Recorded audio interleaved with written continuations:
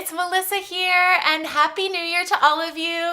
I don't know about you, but I can't believe it's the new year, and so I was doing some clean out, and I have a stack of old calendars here that I wanted to talk to you about today. I have a hard time letting go of really beautiful calendars, so I don't have just last year's, I have the years before.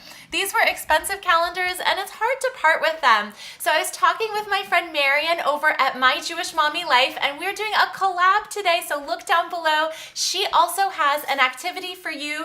These are 3 activities that I'm going to share with you today that can repurpose old calendars into activities for your preschooler. Marian has a preschooler. I have an almost 5-year-old and a 2-year-old daughter. And even if your child is in school, even if your child is in school, there's a lot of hours to fill in the day. Since I am a mommy on a budget, I love to come up with activities and crafts and games that we can use repurposing something we already have. I really love that all of these activities can be recycled at the end.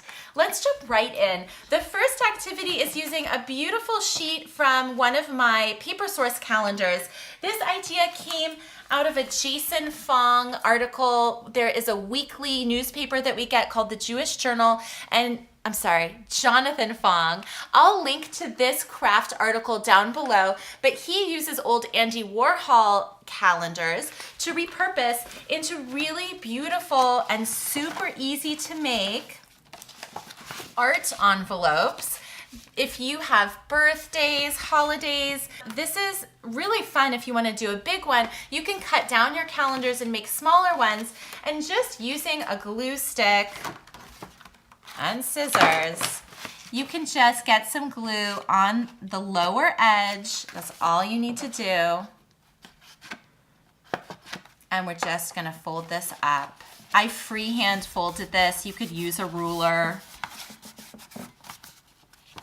We'll let that dry, but that is stuck together now, and then you can just close it up with a sticker or something, and that is a beautiful envelope using something that you're otherwise going to throw away. My second activity for you, that's sort of a good one for a grown-up or an older child. For your younger children, I have all kinds of graphic pictures like these, like this bear. I just, out of a single sheet from one calendar, I got all of these butterflies, and these are lacing cards. Once you cut them out with scissors and punch around the edge every inch or 2 with your hole punch, you could go to the store, you could buy lacing card activities or the physical cards, but these are free, and this was, again, going to go in the trash. My children really love these images, so pick something that is attractive to you and to them. But I love that you can teach different stitches. I knotted a shoelace in the back, and this is a running stitch, but you can also teach an older child a blanket stitch where they go around the edge of the card. And maybe for a younger child, I would simplify this activity and let them lace up just one little area, like the present that this bear is holding or his scarf. If you think your kid is going to be super into this, you can put some cardstock on the back and glue it down and then hole punch it so it's a little more thick and durable, or you can laminate them.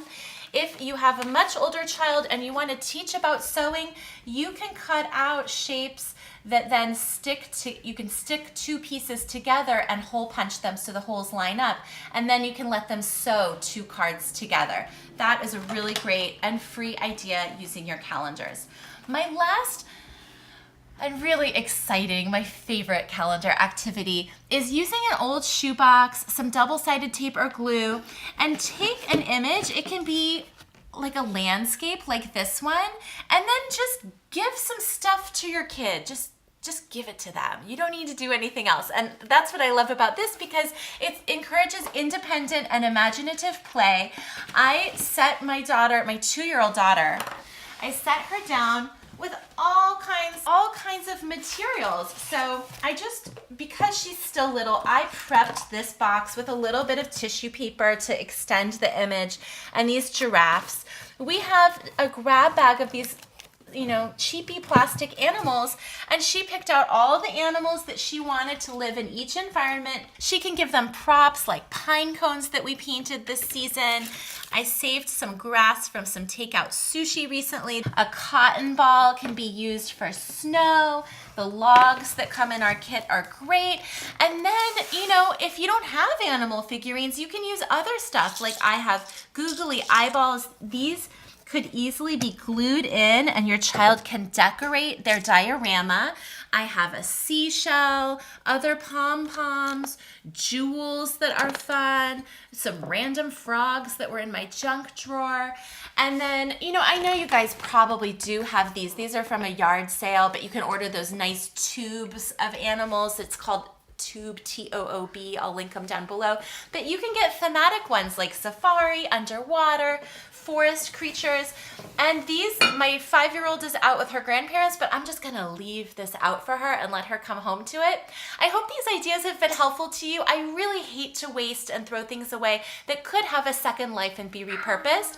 Thank you so much for being here. Definitely check out My Jewish Mommy Life if you don't know about her. She's a total star. She's been a YouTuber for years, and she has tons of minimalist activities and holiday information for you over on her channel. Click subscribe and ring the notification bell to stick around on my channel because I have content coming out all year round. Thanks again, and I'll see you next time. Bye-bye.